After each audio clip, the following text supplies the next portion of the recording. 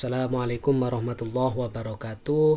Pada kesempatan kali ini saya akan menjelaskan mengenai konsep dasar dari apa yang disebut dengan komunitas gitu ya, dan intervensi komunitas gitu ya.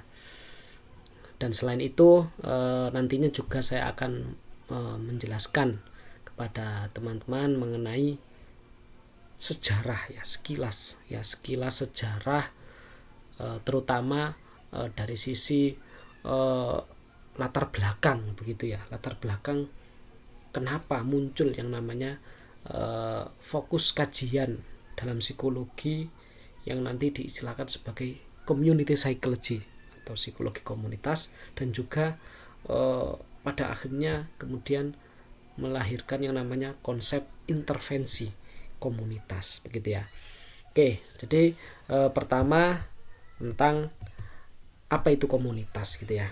Nah, apa sih komunitas itu gitu ya. Jadi istilah komunitas bagi kita gitu ya, mahasiswa psikologi dan bahkan bagi ilmuwan psikologi atau akademisi di bidang psikologi, mungkin sebagian sudah sering mendengar, tapi sebagian yang lain atau bahkan teman-teman ini juga baru pertama kali ini mendengar istilah komunitas gitu ya. Atau kalaupun sudah pernah mendengar, mungkin hanya dibahas hanya sekilas gitu ya di mata kuliah psikologi klinis, mungkin ya ada bahasan atau mungkin satu chapter tentang psikologi komunitas mungkin ya gitu ya. Itu karena setahu saya ada di buku psikologi klinis itu pengantar ya, psikologi klinis itu ada bahasan tentang komunitas, itu psikologi komunitas gitu ya, tapi hanya satu chapter pendek itu pun kalau memang dibahas dalam perkuliahan tersebut gitu ya. Itu. Nah, pada kesempatan ini di mata kuliah ini gitu kan, kita membahas lebih jauh gitu ya tentang apa sih sebenarnya komunitas itu gitu ya, dan kenapa kemudian komunitas ini gitu ya sebagai sebuah konsep atau kalau disebut sebagai kumpulan orang itu kok penting untuk dikaji gitu ya. Ya. Dan termasuk nanti bagaimana kemudian kaitannya dengan intervensi komunitas itu ya. Kok kemudian sampai bahkan dimunculkan gitu ya sebagai mata kuliah tersendiri gitu ya. Yaitu mata kuliah intervensi khusus komunitas itu ya. Kok sepenting itu gitu ya sampai jadi mata kuliah tersendiri gitu, sampai menjadi sebuah semacam kajian tersendiri ya dalam sebuah mata kuliah gitu ya yang fokus gitu ya. Nah itu kan menarik gitu ya. Nah, mungkin kita bertanya-tanya gitu ya. Nah jadi memang konsep tentang komunitas dan fokus kajian tentang komunitas ini sangat penting gitu ya, dan perlu menjadi perhatian kita bersama, dan concern ya, concern, perhatian, kesadaran bagi kita bersama untuk apa ya, ya ini memperhatikan tentang komunitas ini, dan nantinya harapannya bisa berkontribusi dalam kerja-kerja intervensi terhadap komunitas ini gitu ya. Itu. Nah, oleh karena itu sebagai langkah yang paling awal, paling dasar, kita perlu paham dulu gitu kan ya. Apa sih sebenarnya komunitas itu gitu ya. Apakah sama seperti yang sudah sering teman-teman dengar di luar sana, bahkan mungkin ada sering dengar istilah komunitas apa? Komunitas pecinta sepeda ontel misalnya, atau komunitas mancing mania atau komunitas hobi tertentu mungkin gitu ya. Gitu, komunitas penghobi tertentu, hobi-hobi tertentu, atau komunitas misalnya moge atau apa. Nah itu kan mereka menggunakan istilah komunitas. Apa komunitas yang dimaksud ini sama dengan komunitas yang saya sebutkan tadi gitu ya. Nah jadi secara bahasa dulu gitu ya, ini saya jelaskan gitu ya. Jadi komunitas secara bahasa, secara etimologis gitu ya, itu memang bisa diartikan sebagai sekelompok orang. Jadi a group of people gitu ya, sekelompok orang. Jadi orang yang berkumpul menjadi sebuah kelompok yang mereka itu menjadi kelompoknya itu kenapa, ya proses psikologisnya seperti apa kok kemudian mereka berkumpul, ya berkumpul menjadi kelompok, menjadi grup gitu ya.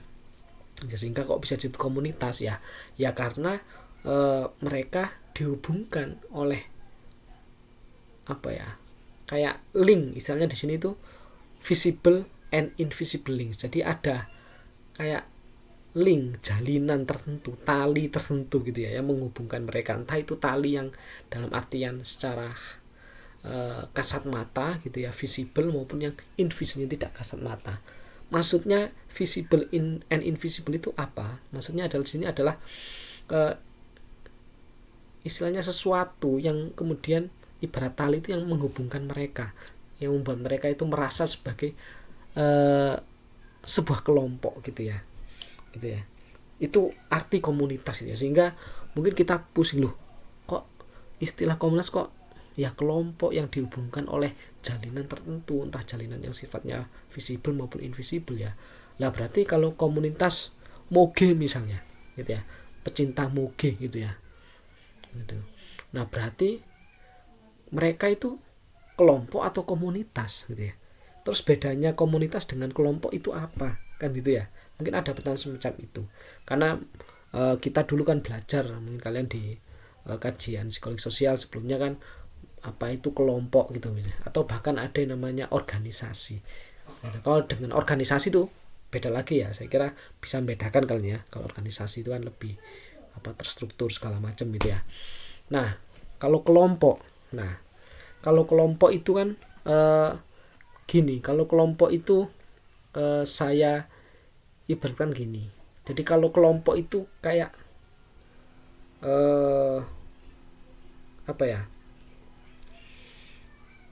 sekelompok orang, jadi kumpulan orang yang di situ bisa jadi di dalamnya itu membentuk lebih jauhnya menjadi organisasi atau gitu ya, membentuk komunitas ya. Jadi atau ya kelompok biasa saja bisa jadi juga seperti itu. Jadi ibaratnya grup ya, kelompok itu konsep yang sangat umum.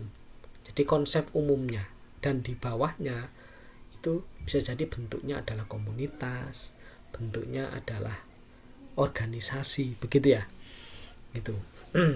Tapi ini arti secara bahasa ya, sehingga mungkin kalau ada kayak tumpang tindih gitu ya, Pak kok tumpang tindih antara istilah komunitas, istilah grup itu sendiri, kemudian istilah organisasi, kok ada tumpang tindih, ya tidak usah terlalu dipusingkan gitu ya, karena ini hanya arti secara bahasa. Karena biasanya memang kalau grup bahkan itu ya, itu karakteristiknya biasanya lebih sangat spesifik. Bahkan misalnya ada yang menganggap seperti itu gitu ya, grup itu sekelompok orang yang punya tujuan yang sama, disatukan oleh tujuan. Sedangkan komunitas itu tujuannya bisa jadi beda gitu kan ya, tapi mereka hanya disatukan oleh hobi yang sama misalnya gitu ya. Bisa jadi tujuannya beda, bisa jadi ya gitu ya. Kalau orang berkelompok, grup secara umum biasanya tujuannya sama, tapi bisa jadi grup itu juga di dalamnya mereka motifnya, tujuannya juga tidak sama, bisa jadi kan ya gitu. Tapi mereka merasa menjadi kelompok gitu ya. Jadi ya ini soal perdebatan istilah secara etimologisnya aja gitu ya. Nah jadi tidak usah terlalu dipusingkan soal perbedaan komunitas, kelompok, organisasi gitu ya gitu. Tapi kalau sama organisasi mungkin lebih bisa dibedakan. Tapi bedanya kelompok dan komunitas itu apa gitu ya. Nah itu mungkin yang agak dipusingkan, tapi tidak ada masalah gitu ya. Gitu. Nah nanti akan semakin kelihatan kalau saya kasih penjelasan di berikutnya nanti ya. Nah ini kita pahami dulu secara bahasanya itu. Jadi komunitas itu tadi ya, intinya kelompok orang yang berkumpul, yang menyatu karena adanya ikatan tertentu gitu ya, yang visible atau bisa juga yang invisible gitu ya. Yang visible mungkin kelihatan dari bentuk fisiknya, sesama satu etnis, satu kulit ya, satu warna kulit gitu ya, maksudnya ya, kulit putih apa gitu ya, terus satu apalagi yang terlihat itu ya, yang mungkin fisik gitu ya. Terus kemudian kalau yang tidak terlihat mungkin agama satu daerah, nah gitu ya. Itu ya dianggap sebagai komunitas ya, boleh saja gitu ya, komunitas anak-anak daerah mana, komunitas dari etnis mana, komunitas beragama mana misalnya gitu ya, bisa jadi gitu ya. Bahkan kalau negara itu gimana, nah negara bahkan bisa jadi sebagai sebuah negara, bangsa gitu ya maksudnya. Nah itu ada yang mendefinisikan, sejarawan Benedict Anderson itu mengatakan ya, bangsa itu adalah imagine community gitu ya, komunitas yang mereka itu imajiner begitu ya, diimajinasikan gitu ya. Jadi kita merasa sebagai orang Indonesia itu karena kita sebagai anggota orang Indonesia itu kita mengimajinasikan bahwa Indonesia itu adalah ya NKRI, yang UUD 45, yang Pancasila gitu-gitu ya. Gitu. Nah, sehingga kita kemudian ya karena sepakat dengan itu, maka kita merasa menjadi bagian dari, merasa terikat menjadi orang Indonesia, sehingga kita merasa oh ya, saya orang Indonesia, saya bagian dari bangsa Indonesia. Jadi bangsa atau nation itu adalah komunitas yang imajiner, yang diimajinasikan oleh orang-orangnya memang gitu ya, merasa sebagai bagian dari komunitas tersebut yang disebut sebagai bangsa, nation gitu ya. Jadi luas sekali kalau secara bahasa gitu ya, pemaknaan komunitas itu sendiri. Nah secara umum ya, komunitas itu bisa didasarkan pada geografinya, kesamaan geografi, bisa juga kesamaan profesi, bisa juga kesamaan tadi minat, hobi gitu-gitu ya. Itu jenis komunitas. Tapi ini secara bahasa dulu ya gitu ya. Itu. Nah, kemudian nantinya akan kita lihat gitu ya, dalam kaitannya dengan intervensi komunitas ya. Nanti akan kita semakin lihat itu. Yang dimaksud komunitas di sini yang seperti apa gitu ya. Gitu ya. Karena nanti kalau kita mau mengartikan komunitas seperti apa sih yang menjadi concern dari intervensi komunitas. Nah, itu kita lihat dari definisi atau mungkin penekanan dari konsep intervensi komunitas itu. Nah, gitu ya. Jadi kita lanjut dulu gitu ya. Nah, sekarang kita pahami istilah intervensi komunitas gitu ya. Nah, intervensi komunitas itu konsepnya adalah ini ya, upaya. Jadi intervensi itu kan ya upaya untuk mencampuri gitu ya, mengubah gitu, kira-kira gitulah, modifikasi apa gitu lah, intinya mengubah gitu ya, mengubah, mencampuri gitu ya. Nah tapi secara istilah ini maksudnya di sini adalah upaya untuk melakukan perubahan sosial gitu ya. Jadi intervensi komunitas adalah upaya untuk melakukan perubahan sosial, jadi perubahan terhadap suatu komunitas gitu ya, yang sifatnya terencana gitu ya, dirancang dengan konsep tertentu, metode tertentu gitu ya. Yang itu pelakunya siapa? Yang melakukan adalah agen perubahan, pelaku-pelaku perubahan yang memang menginginkan adanya perubahan di suatu komunitas itu ya, agar mereka menjadi apa? Menjadi lebih baik dari sisi kesejahteraan sosial gitu ya. Nanti akan saya jelaskan yang dimaksud kesejahteraan sosial itu seperti apa gitu ya. Dan targetnya itu adalah perubahan itu adalah perubahan dari sisi apanya, maksudnya perubahan dari sisi mikro, ekso, dan makro gitu ya. Nah itu, kita lanjut dulu gitu ya. Nah yang dimaksud level mikro, meso, dan makro itu adalah ini. Jadi ketika kita melakukan intervensi terhadap komunitas gitu ya, itu kita itu mengintervensinya tidak hanya mengintervensi dari sisi satu level saja. Karena dalam pandangan Bronfenbrenner itu gitu ya, teori ekologi yang dia munculkan ya, teori ekologis tentang manusia, bahwa dia mengatakan itu ya, bahwasannya namanya perkembangan individu gitu ya, dia akan jadi seperti apa, dia kenapa kok dia kemudian bisa menjadi orang yang kepribadiannya A, B, C, kenapa dia kok bisa mengalami gangguan mental, kenapa dia kok kecerdasannya rendah tinggi gitu kan ya, kenapa kemampuan wirausahanya rendah tinggi gitu ya. Nah itu sangat mungkin tidak hanya terjadi karena dirinya sendiri, faktor internalnya, karena dia tidak punya motivasi, karena dia memang kurang berusaha dan seterusnya, itu tidak, tapi itu sebenarnya ada faktor yang sifatnya resiprokal. Jadi dia sangat mungkin dipengaruhi oleh lingkungan-lingkungan di sekitarnya, dan sebaliknya dia mungkin juga mempengaruhi lingkungan sekitarnya, sehingga membentuk diri seseorang itu yang sedemikian kompleks gitu ya. Gitu. Jadi orang menjadi miskin jangan-jangan karena memang di mikrosistemnya, di keluarganya misalnya gitu ya, karena memang dilahirkan oleh atau di dalam keluarga yang miskin, dan budayanya, pengetahuannya, cara mendidiknya ya seperti orang-orang miskin pada umumnya, yang memang ya kurang dalam hal wawasan tentang pendidikan segala macam, tentang wirausaha seperti apa, mengembangkan usaha ya, karena tidak punya wawasan itu gitu ya, bisa jadi itu. Jadi family, peer, siblingnya, lingkungannya lingkungan yang memang melanggengkan miskin, karena mereka tidak punya kapasitas untuk bagaimana keluar dari kemiskinan gitu. Jadi bukan salah individunya juga gitu. Itu perspektifnya Bravon-Brand. Jadi orang menjadi miskin misalnya itu jangan-jangan ya memang karena lingkungannya juga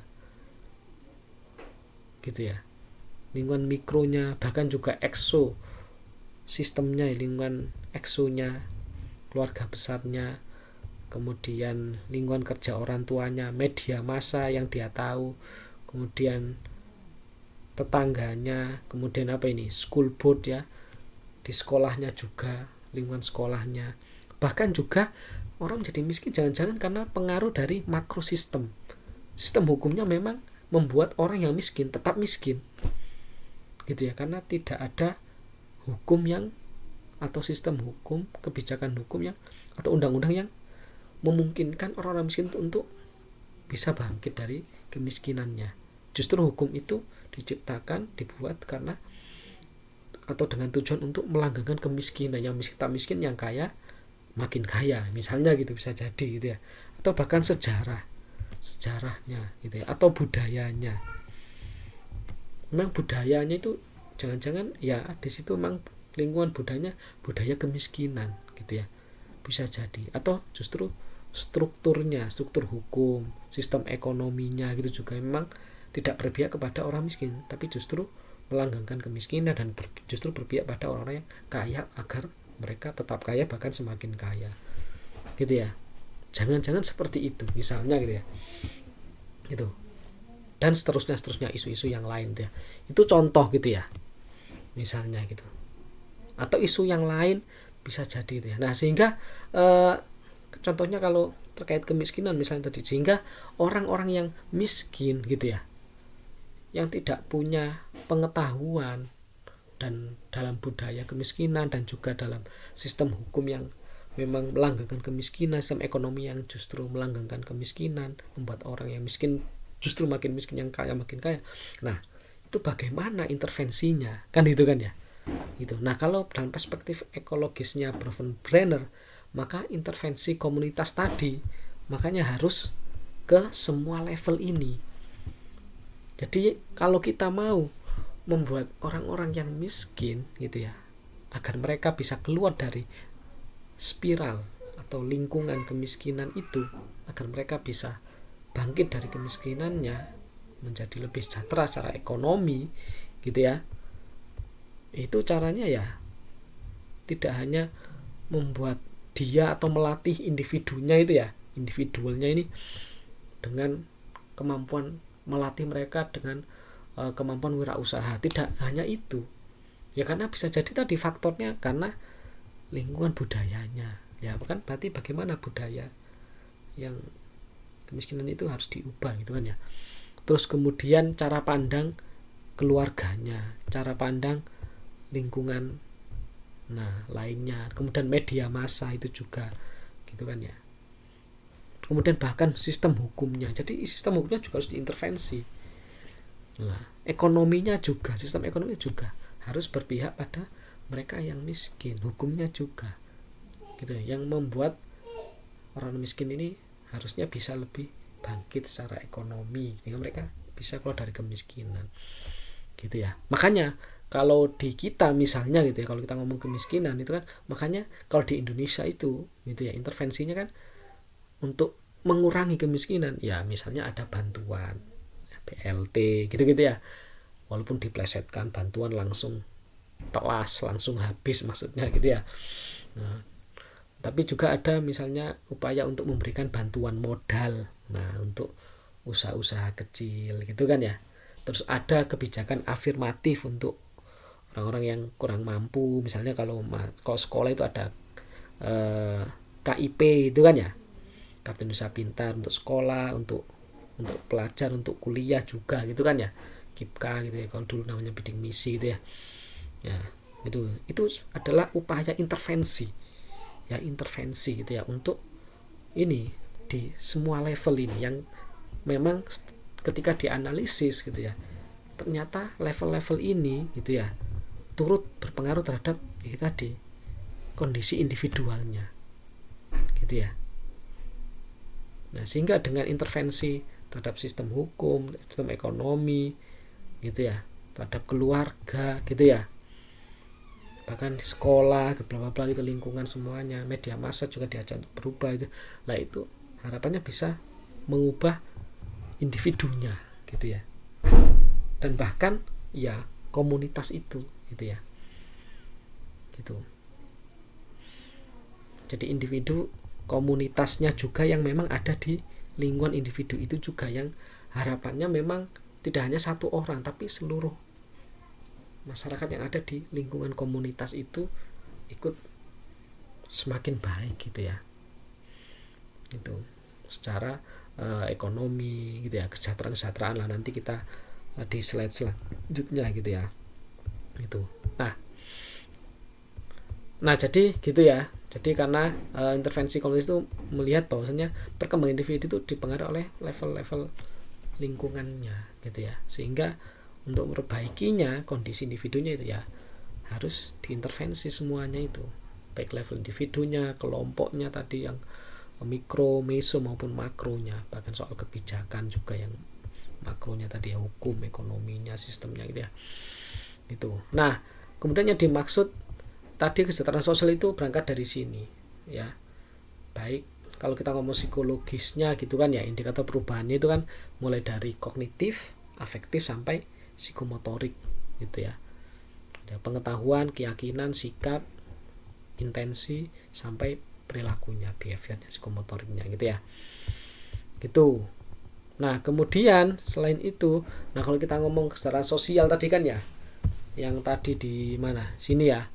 Jadi yang dimaksud tujuan dari intervensi komunitas itu tujuannya kan untuk mencapai taraf kesejahteraan sosial, meningkatkan kesejahteraan sosial. Itu maksudnya apa? Ya selain dari sisi tadi pengetahuan, keyakinan sampai kemampuan perilakunya, nah itu maksudnya apa? Maksudnya adalah kesejahteraan dari sisi permasalahan mereka itu sejauh mana, sejauh apa level permasalahan itu yang bisa dikelola, itu yang bisa diatasi gitu ya.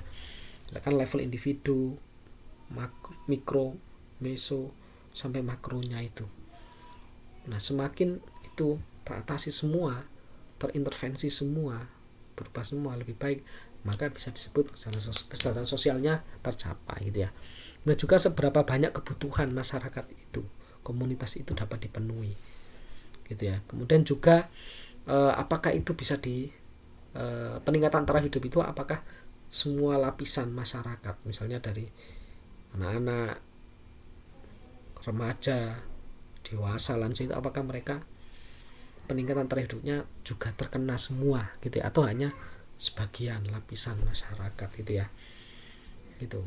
Jadi itu yang dimaksud kesejahteraan sosial. Jadi kalau kita lihat dari sini gitu ya, itu komunitas itu yang dimaksud di sini adalah komunitas yang dalam artian mereka yang memang termarginalkan gitu ya.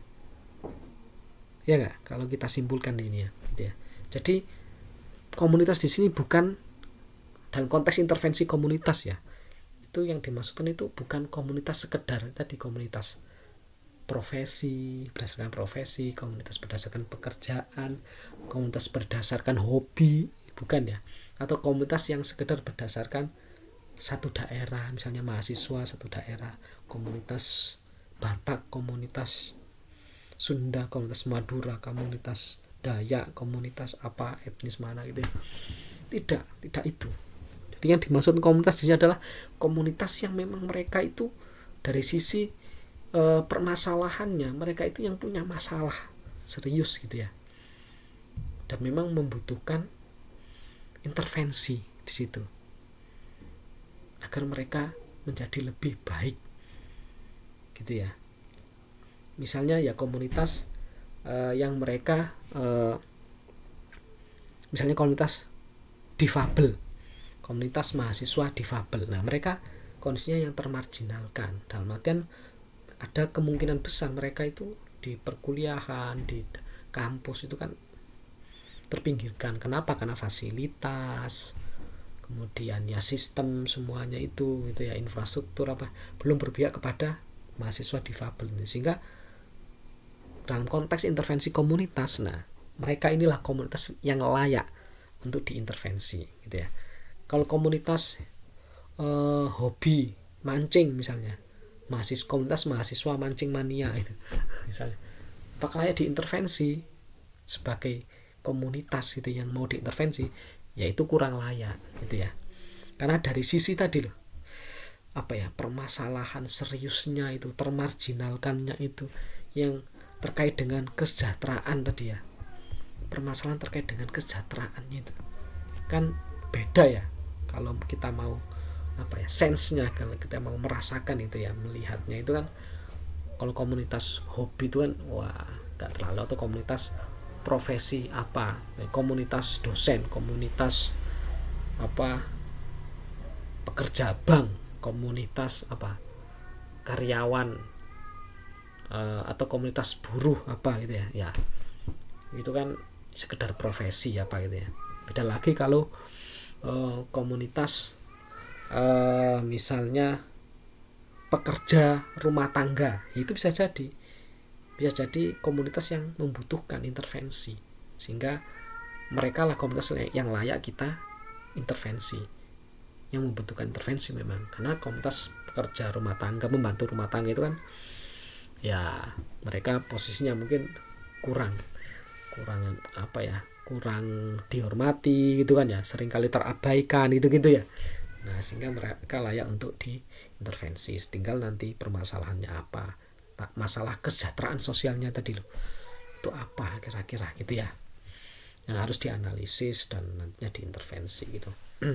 Gitu ya. Dari sini semoga kita bisa mendapatkan sense-nya ya. Jadi komunitas yang dimaksud di sini tuh apa gitu ya, yang layak untuk menjadi komunitas yang akan diintervensi gitu ya, dalam konteks intervensi komunitas gitu ya. Walaupun secara istilah bahasanya tadi, etimologisnya ya, semua kelompok itu ya bisa jadi atau bisa diklaim sebagai komunitas gitu ya. Gitu. Itu yang ingin saya tekankan di sini gitu ya. Karena ini juga terkait dengan sejarahnya. Nah, kita masuk ke sejarahnya. Sejarah intervensi komunitas gitu ya. Jadi, kalau kita ngomong kajian tentang psikologi komunitas dan intervensi komunitas gitu ya. Nah, itu psikologi komunitas itu sendiri berkembang itu berangkat dari kritik terhadap kajian-kajian psikologi yang memang berfokus pada kasus-kasus yang sifatnya individual, dan akhirnya ya pendekatan intervensinya pun intervensi klinis individual gitu ya, hanya permasalahan individual, satu orang, dua orang gitu ya. Nah, padahal kalau kita ngomong saat itu ya, sejarahnya hasil komunitas itu tahun 50-an gitu ya, di Amerika sana sih gitu ya terutama gitu ya, dan di Eropa itu kan saat itu gitu kan ya, muncul namanya gerakan anti perang, gerakan perdamaian itu ya.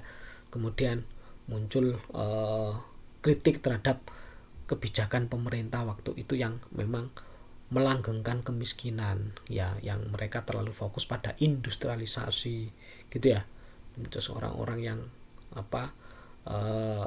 ya kapitalisme gitu-gitu ya, fokus pada kapitalisme, sehingga memunculkan kaum buruh yang termarginalkan, yang mereka digaji dengan pas-pasan, bahkan tidak layak gitu ya, jam kerjanya terlalu panjang, nggak manusiawi gitu ya, gajinya juga terlalu rendah, nggak manusiawi, nah gitu, sehingga muncul gerakan-gerakan sosial gitu ya, dan akhirnya muncullah concern gitu ya, concern untuk lebih memperhatikan ya, concern kesadaran untuk lebih memperhatikan ternyata problem-problem dalam konteks industrialisasi saat itu gitu ya, atau bahkan akibat dari perang gitu kan ya, akibat dari kapitalisme industrial itu ternyata banyak masalah gitu ya, memunculkan yang namanya kantong-kantong kemiskinan, orang-orang yang termarginalkan, terpinggirkan, buruh juga yang terpinggirkan, yang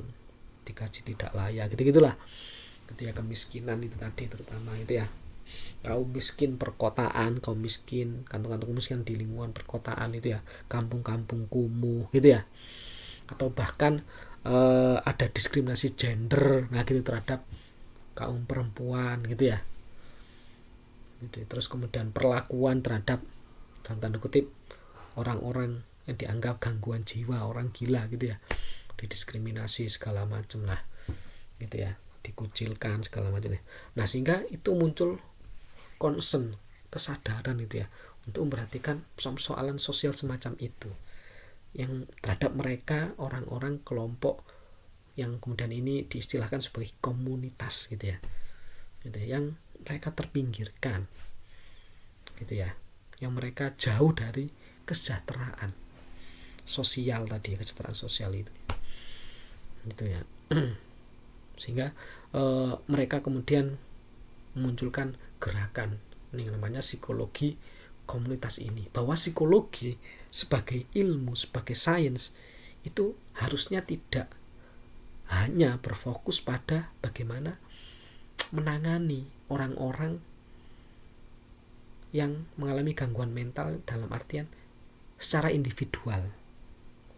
Pokoknya siapa yang bayar, siapa yang membutuhkan, itulah yang dilayani gitu ya. Dan itu individual, bisa juga mungkin kelompok di perusahaan atau apa. Tapi psikologi harusnya juga peduli pada persoalan sosial yang lebih luas gitu ya, yang kemudian diistilahkan sebagai komunitas itu.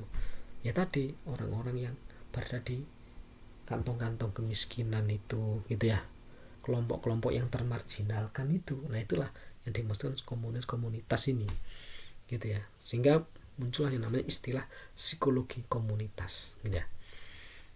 Sehingga ya ini komunitas yang dimaksud adalah mereka yang terpinggirkan, termarginalkan, nah kira-kira gitu ya, terdiskriminasi gitu. Jadi itu sejarahnya gitu ya, sejarahnya gitu ya. Sejarah kelahiran psikologi komunitas, dan pada akhirnya muncullah konsep intervensi komunitas. Jadi intervensi yang khusus pada komunitas yang memang terdiri dari orang-orang yang tadi terpinggirkan, termarginalkan, kurang diperhatikan itu ya. Itu. Dan ini juga dipengaruhi oleh gerakan hak sipil saat itu, kemudian reformasi kesehatan mental gitu ya. Nanti ya, gerakan-gerakan reformasi kesehatan mental di mana saat itu ya kesehatan mental kan dipandang sebagai permasalahan individual saja gitu ya, padahal sangat mungkin ada permasalahan kesehatan mental yang diakibatkan oleh ya sistem segala macam, lingkungan tadi, keluarga, di sekolah bahkan, atau di lingkungan masyarakat yang membuat mereka tidak sehat mental itu. Sehingga muncullah gerakan untuk tadi mereformasi sistem kesehatan mental itu dan cara pandang terhadap persoalan kesehatan mental, bahwa kesehatan mental bukan hanya persoalan individual tapi juga persoalan ya tadi antar level itu tadi, semuanya ikut berkontribusi terhadap persoalan kesehatan mental, sehingga semuanya harus diintervensi gitu ya gitu. Dan juga dipengaruhi oleh munculnya konsep riset aksi partisipatoris. Semoga kalian pernah mendengar ya, pernah tahu ya konsep riset aksi gitu ya. Yang ini sebenarnya konsep participatory action research ya, bahasa Inggrisnya kan participatory action research, atau ada yang menyingkat menjadi riset aksi atau action research gitu ya. Itu kan berangkat dari kritik terhadap riset-riset yang ya konvensional lah, riset-riset yang ingin mengetahui baik kuantitatif kalau kualitatif maupun kualitatif ya, yang hanya sekedar ingin tahu kenapa, faktor apa yang mempengaruhi orang kok bisa gangguan mental, faktor yang membuat orang kok bisa punya motivasi pendidikan, motivasi untuk berprestasi gitu ya. Gitu.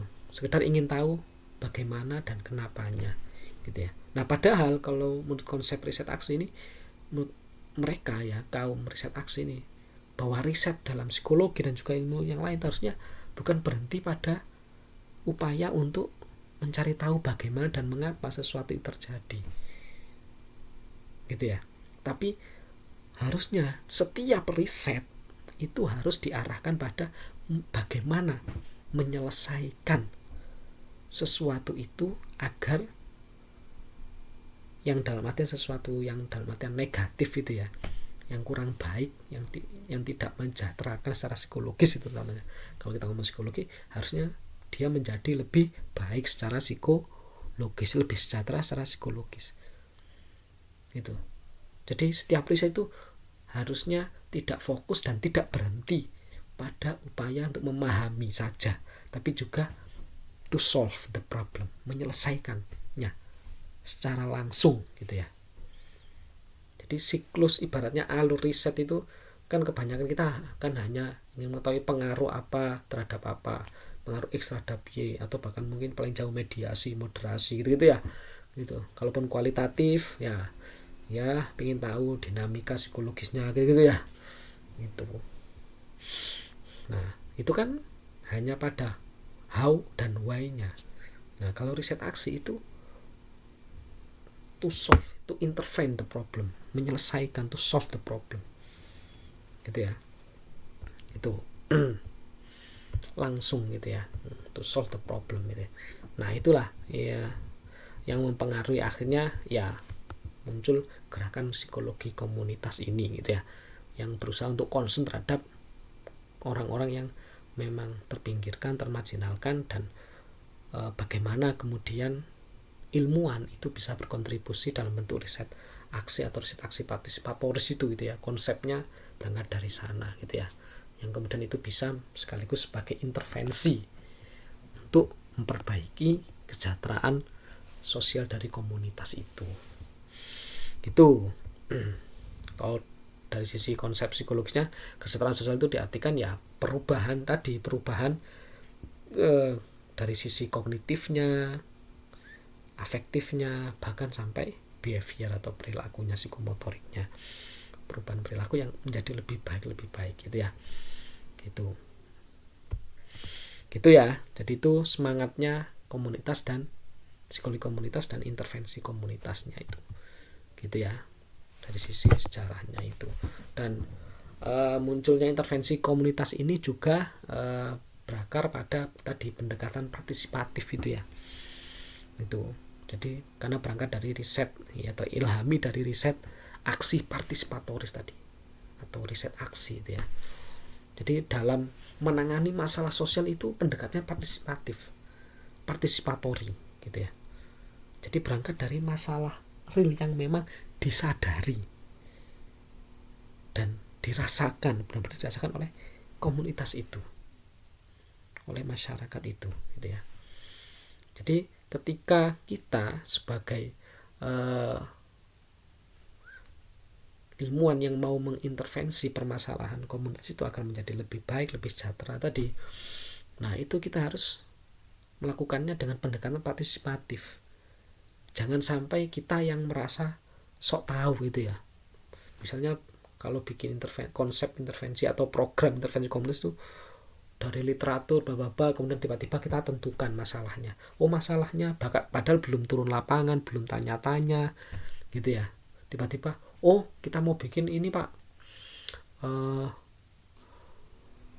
pelatihan pelatihan kesiapsiagaan dalam menghadapi bencana misalnya.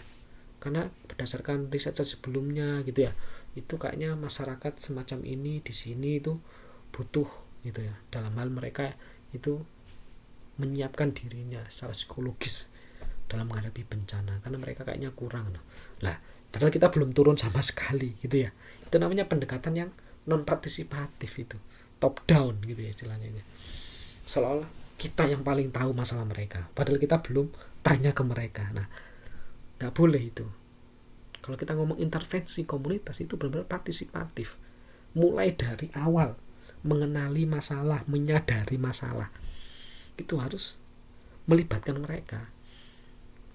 Jadi kita harus turun langsung ke sana. Apa sih sebenarnya masalah yang mereka rasakan dan mereka sadari sebagai masalah yang urgent buat mereka, dan masalah yang memang benar-benar butuh pemecahan menurut mereka sendiri. Gitu ya. Jangan sampai masalah dan akhirnya kebutuhan penyelesaian masalah itu dari kita, jangan gitu ya. Itu harus dari mereka sendiri. Gitu ya. Karena gini, ibaratnya kalau kita sendiri ya, kalau tiba-tiba saya sebagai dosen, kalian tuh menurut saya jangan, misalnya ya, saya tanpa tanya kalian, kayaknya kalian sebagai mahasiswa, saya kasih tugas ini aja, saya suruh bikin makalah loh. Bisa jadi ya, menurut kalian ngapain sih makalah itu buat apa loh. Nah, kalau lebih baik lagi, kalau pendekatan partisipatif, ya saya tanya kalian bisa nggak bikin makalah itu, menurut kalian bikin makalah itu bagus nggak gitu, karena gini menurut kalian gimana. Nah, itu harusnya melibatkan gitu ya, sehingga iya Pak sepakat gini karena apa, sehingga kita sepakati. Jadi kesepakatan gitu ya tentang apa masalahnya dan bahkan sampai pada bagaimana solusinya, itu harusnya dari subjek itu sendiri, dari komunitas itu sendiri gitu ya. Kan beda rasanya ya kalau kalian ditanya apa yang seharusnya dengan misalnya direktif dari orang di luar kalian. Misalnya saya sebagai dosen pokoknya disuruh tanpa ada penjelasan, tanpa kalian merasa bahwa itu ada gunanya, bahwa itu memang penting buat kalian tuh gitu. Nah, itu kan rasanya beda ya, dan tanda kutip rasanya mungkin antara kalau direktif itu kan tiba-tiba disuruh kan kesannya kayak terpaksa gitu ya, dan kalian feel-nya kan kurang dapet ya, kesadarannya itu ya, soalnya tadi ini apa sih gitu ya. Tapi kalau sudah sebelumnya itu ditanya dulu, diajak berpendapat apa, brainstorming apa, terus kemudian ditanya pendapatnya ini penting apa enggak, itu kan akhirnya kan menyadari ya emang ini penting. Nah akhirnya kan lebih bersemangat, lebih merasa bahwa ini memang kebutuhan saya, ini masalah saya yang harus saya pecahkan. Akhirnya mau terlibat di dalam itu tadi proses-proses intervensi komunitas itu gitu ya. Jadi itu maksudnya pendekatan partisipatif. Jadi mulai dari analisis kebutuhannya sampai pada nantinya seperti apa rancangan program intervensi komunitasnya, penerapannya, evaluasinya, semuanya. Nah itu berdasarkan kesepakatan dengan anggota komunitas itu sendiri gitu ya, bukan direktif dari kita gitu ya. Itu semangatnya intervensi komunitas itu ya. Itu. Nah ini dicontohkan dalam program-program kesehatan masyarakat di Amerika itu gitu ya. Itu di situ program-program kesehatan itu ya benar-benar memang berupaya di situ pertama mengidentifikasi apa permasalahan kesehatan yang benar-benar dirasakan, yang penting buat masyarakat itu. Jadi bukan direktif instruktif dari atas, dari pemerintah yang sok tahu misalnya gitu ya, enggak, tapi benar-benar identifikasi ke masyarakat, diajak dialog gimana apa yang mereka, dan akhirnya dan mereka juga diajak untuk menyadari saya harus berubah ini gitu, saya butuh ini. Nah itu benar-benar real gitu ya, partisipatif, melibatkan masyarakat itu sendiri. Kemudian gerakan kesehatan berbasis komunitas di negara berkembang itu juga banyak gitu ya. Jadi contohnya misalnya kalau di Indonesia misalnya Kayak kemarin yang mungkin kalian dengar ada Gria Lansia gitu kan ya. Gria Lansia itu kan mereka konsepnya kan berupaya untuk memberikan kesadaran ya ke masyarakat itu tentang bahwa ya kesehatan lansia itu penting gitu ya, itu dengan melibatkan masyarakat itu sendiri gitu ya.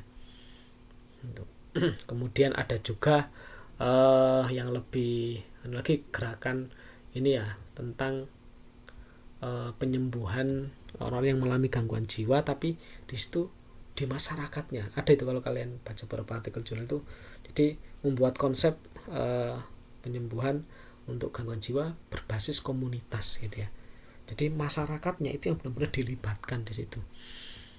Kenapa? Karena orang gangguan jiwa itu kalau misalnya sudah diobati di rumah sakit jiwa, kemudian ketika kembali ke masyarakatnya, ke lingkungannya itu tidak diopeni, tidak diperlakukan dengan baik gitu ya, maka dia bisa jadi kambuh lagi gitu ya gangguan jiwanya itu. Nah, disitulah pentingnya peran lingkungan komunitas itu gitu ya, untuk tadi membantu kesembuhan gitu ya bagi orang yang gangguan jiwa, bahkan mencegah agar jangan sampai terjadi gangguan jiwa gitu ya, termasuk ya kesehatan fisik juga gitu ya, misalnya tentang pengelolaan sampah gitu ya, pemilahan sampah gitu, kemudian bagaimana menjaga kebersihan lingkungan. Nah itu kan bisa diartikan juga sebagai bagian dari gerakan kesehatan berbasis komunitas yang di situ mengajak masyarakat menyadari bahwa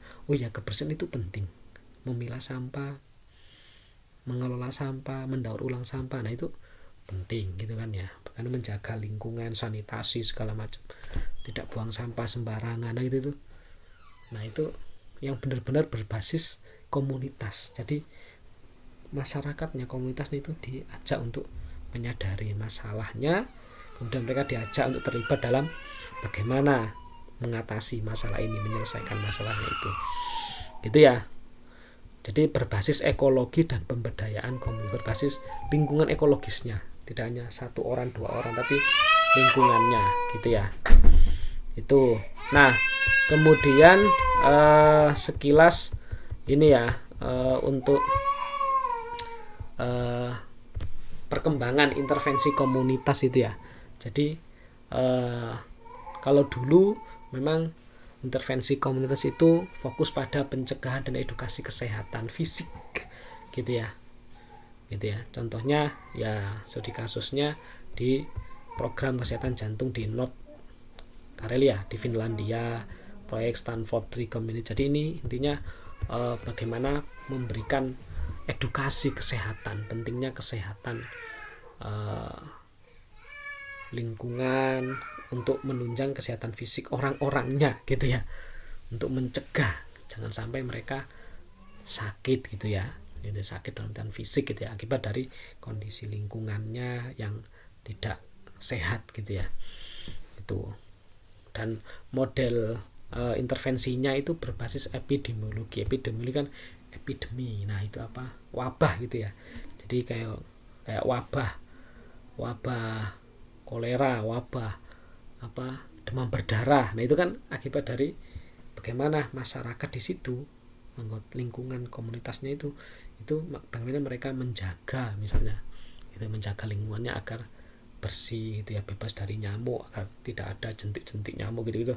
Nah itu kan ya modelnya kan gitu. Dan juga advokasi kebijakan itu ya. Jadi fokusnya ke edukasi kesehatan fisik dan pencegahan gitu ya itu.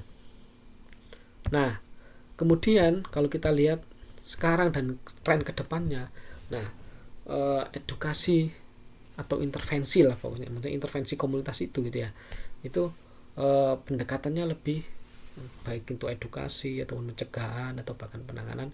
Nah itu pendekatannya multi level gitu ya, dengan teori ekologi itu gitu ya gitu. Jadi kalau dulu itu memang belum benar-benar yang ekologis banget ya perspektifnya. Jadi tiap level itu ya, tiap level ekologisme individual, kemudian tadi mikro, meso, makronya itu kurang gitu ya. Kalau sekarang dan ke depan itu sebenarnya kesadaran itu semakin muncul gitu ya, bahwa ya memang multi level gitu ya, dengan pendekatan ekologis tadi itu semua itu harus dilibatkan dan diintervensi gitu ya, diubah gitu ya. Dan mungkin dan juga di sini fokusnya itu keterlibatan komunitas. Jadi ada kesadaran yang lebih besar lagi untuk semakin melibatkan komunitas itu, dan bahkan bagaimana penguatan kapasitas komunitas itu sendiri untuk mereka berdaya sendiri untuk mencapai kesadaran psikologis, kesejahteraan sosial mereka dengan sumber daya mereka sendiri dan dengan cara mereka sendiri gitu ya. Tidak dalam tanda kutip, kalau program-program sebelumnya itu masih agak-agak direktif gitu ya, terlalu mengandalkan pemerintah, terlalu mengandalkan ilmuwan, akademisi gitu ya, orang-orang di luar komunitas itu gitu ya. Nah, dan sekarang dan kedepannya itu upayanya itu adalah fokusnya itu bagaimana menguatkan kapasitas mereka sendiri, komunitas itu sendiri, untuk bisa berdaya dengan cara mereka sendiri, dengan tenaga sendiri, dengan sumber daya mereka sendiri, tanpa campur tangan luar. Jadi mungkin hanya awal sementara saja dari orang luar, dari pemerintah, dari akademisi misalnya gitu ya. Tapi setelah itu harapannya mereka yang sustainable, berkelanjutan sendiri dengan sumber daya mereka sendiri, dengan tenaga mereka sendiri gitu ya. Tidak bergantung terus-menerus oleh bantuan ataupun keterlibatan dari orang luar gitu ya. Gitu.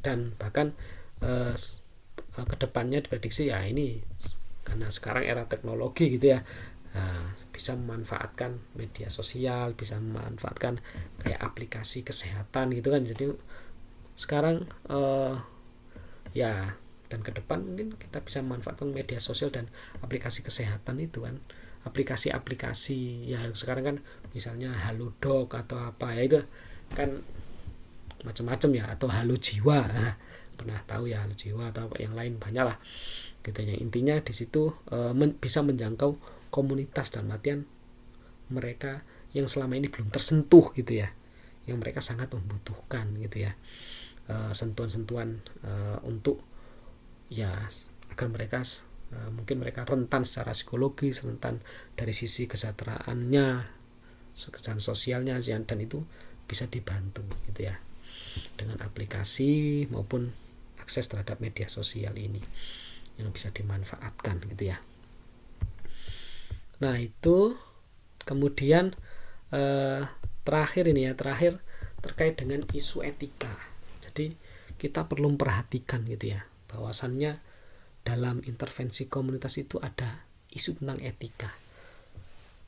Jadi seperti yang saya sampaikan tadi ya, bahwa intervensi komunitas itu kita harus pertama gitu ya menentukan apa itu komunitasnya, siapa komunitas yang memang layak untuk kita jadikan komunitas untuk diintervensi dalam konteks intervensi komunitas ini gitu ya.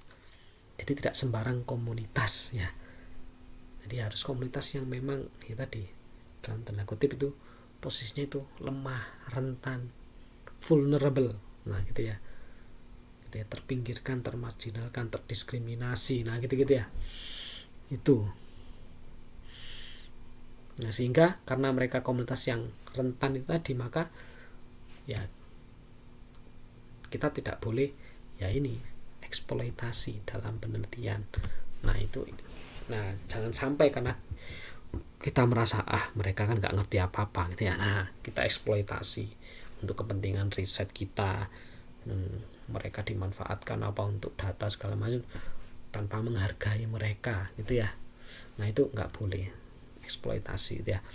Kemudian memberdayakan partisipasi komunitas secara otentik, jadi benar-benar harus tadi partisipatif untuk membuat mereka merasa tadi berdaya, bahwa memang ya ini saya butuh, dan bahkan kalau bisa memberdayakan mereka gitu ya, mereka berpartisipasi dalam artian yang mereka lah yang menyelesaikan dengan cara mereka sendiri, walaupun ya kita ajak diskusi gitu ya, cara yang baik seperti apa, tapi benar-benar mereka yang bahkan mungkin melakukannya sendiri, kita hanya semacam fasilitator lah kira-kira gitu ya. Itu bahkan seperti itu yang lebih baik, itu namanya empowerment, pemberdayaan. Memberdayakan artinya membuat mereka merasa mampu gitu ya, untuk menyelesaikan masalah mereka sendiri dengan cara mereka sendiri, dengan tenaga mereka sendiri gitu ya, tidak bergantung pada orang luar. Itu namanya pemberdayaan, empowerment. Itu yang isu etikanya. Jadi bagaimana kita membuat mereka mandiri, bukan bergantung pada kita gitu ya. Itu. Nah kemudian terakhir, memastikan manfaat jangka panjang bagi komunitas. Jadi jangan sampai kita melakukan intervensi komunitas itu karena ya tadi kebutuhan kita gitu ya, atau hanya sekedar tujuan jangka pendek apa gitu ya, itu yang pragmatis gitu ya. Jadi harus benar-benar ini manfaatnya sifatnya jangka panjang buat komunitas itu sendiri, untuk ya keberdayaan ya komunitas itu sendiri, keberlanjutan komunitas itu akan menjadi lebih baik dan lebih baik gitu ya. Itu harus dipastikan. Nah itu materi kita hari ini, semoga bermanfaat. Saya akhiri, wassalamualaikum warahmatullahi wabarakatuh.